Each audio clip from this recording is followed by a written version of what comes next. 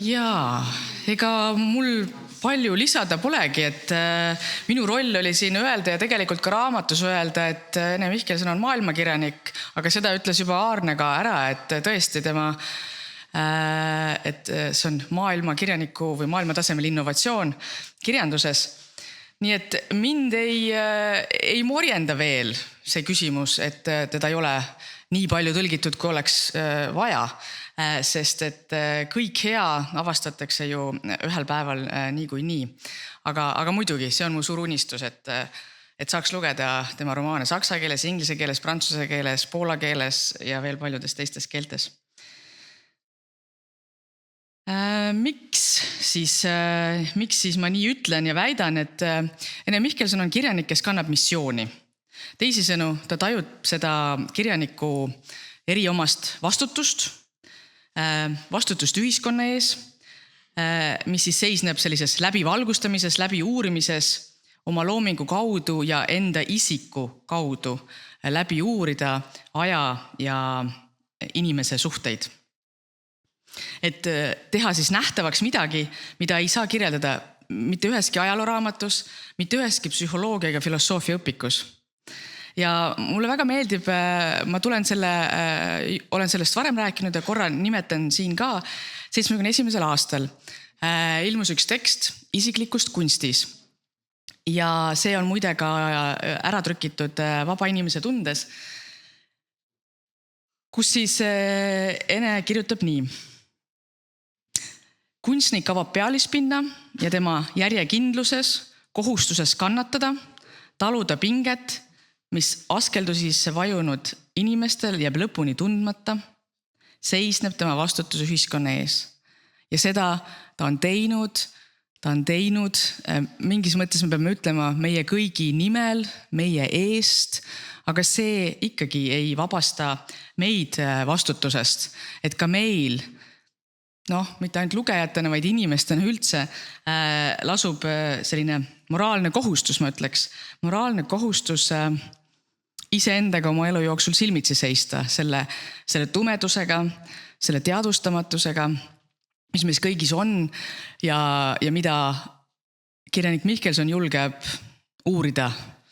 Ja see on õudne, see ei ole lihtne, mida see teeb. Nii et sellepärast ma ütlen, et ta on teinud seda ka meie eest, meie nimel, meie jaoks. Ja tõesti siis markeerin veel ka selle ühe lausekese sellest intervjuust, mis mulle ka väga meeldib, ma ise tegin selle temaga, kus ta räägib siis tõesti nendest minevikustampidest, mis meil alateadlikult kaasa tulevad. See oli pärast või enne Herderi preemia saamist 2006. aastal ja ta ütleb nii. Isegi kui me tähele ei pane, räägib meie suu kaudu iga päev hulk eelmise ajastustampe. On oluline osutuda nendele sisseköönunud mallidele, mis nõukogude ajast on kaasa tulnud. Alguses ei olnud selleks sõnugi. Nii et jah, ühesõnaga tema on meile teed näidanud ja me saame valida, mis me sellega edasi teeme. Aitäh!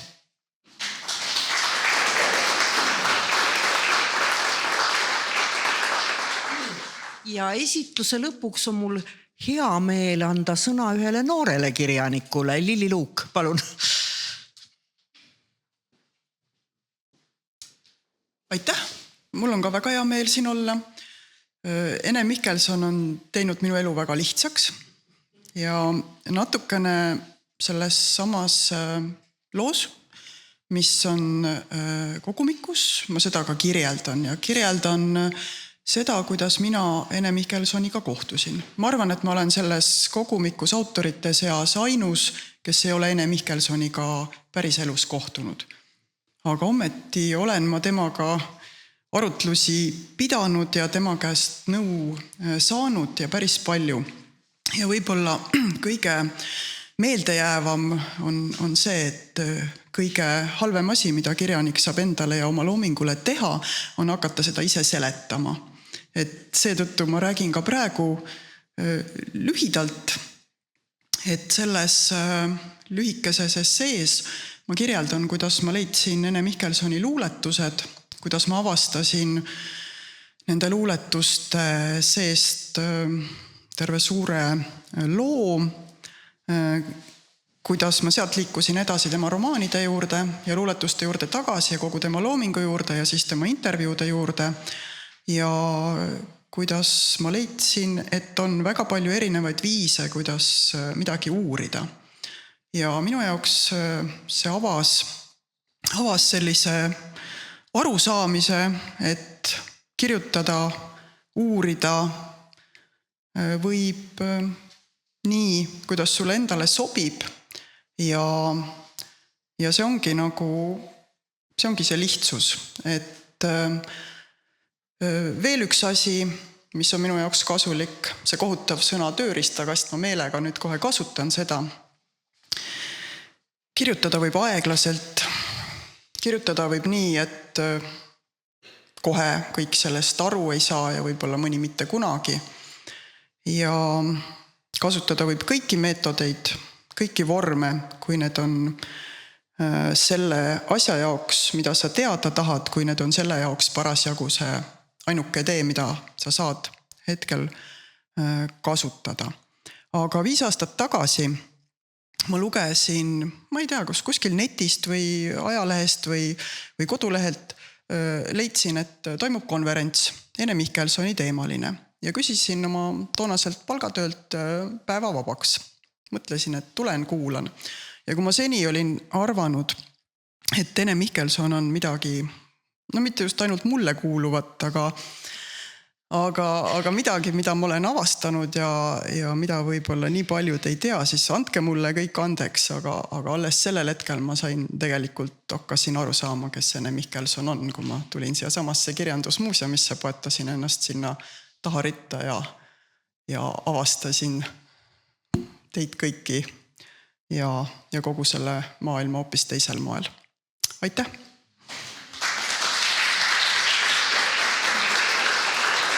Aitäh ja aitäh teile ja kohe me lõpetame, me täname ainult väga kirjastustanapäev, tänu kellele see raamat sai õigel ajal valmis. Aitäh, Mari Karlsson, toimetaja, aitäh toimetaja Marin Laak. Aitäh, Sirje. Ma tahaksin omalt poolt öelda lihtsalt mõne sõna, et kaamera tahab, et meil on televaated, et Mariga me olime selline tõesti fantastiline tandem. Mari on fantastiline, Mari oli meie päike Tallinnas. Selle raamatu kirjutamine või toimet tegemine tänu koostajate erakordsele nõudlikkusele ja süvenemisele, seda on tunda saanud kindlasti kõik autorid. Et erakordselt kiire, käsikiri oli koos, nädal enne jaanipäeva ja läks küljendusse 8. augustil, vaatasin oma failide numbreid, neid kuupäevi ja viimane kaastöö tuli 2 päeva enne küljendust ja Mari pidas selle kõik vastu. Aitäh, Mari, jõudu ja aitäh.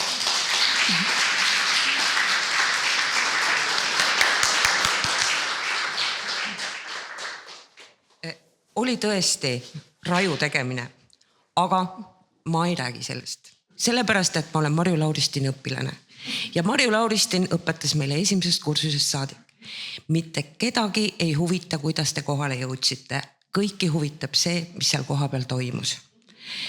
Ja sellest, mis seal nüüd koha peal sai, sellest juba kuulsite.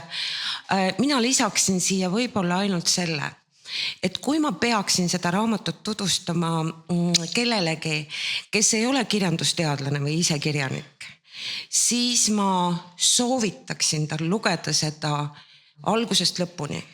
Kuigi võib tekkida kiusatus lugeda artiklite kaupa. Aga see ei ole lihtsalt kokku pandud artiklite kogum, see on väga peenelt orkestreeritud. Kokkuvõttes tulemuse saame me imelise mosaiigi, mis siis eemaldudes ja distantsilt moodustab väga värvilise pildi. Ja mul on au olla selles pildis osaline. Aitäh teile!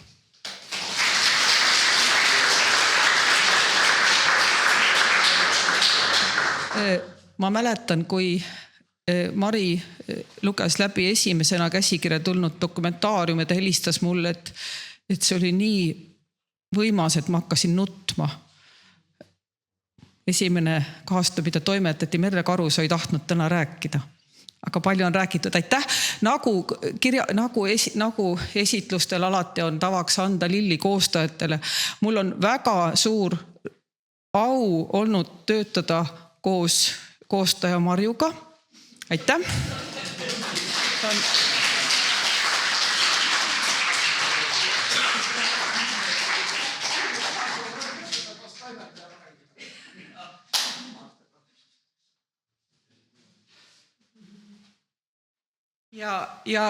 Ja samuti suur aplaus teisele koostajale Sirjele, keda kõik ka autorid teavad ja tundsid ja selle teekonna läbi tegid. Aitäh, Sirje!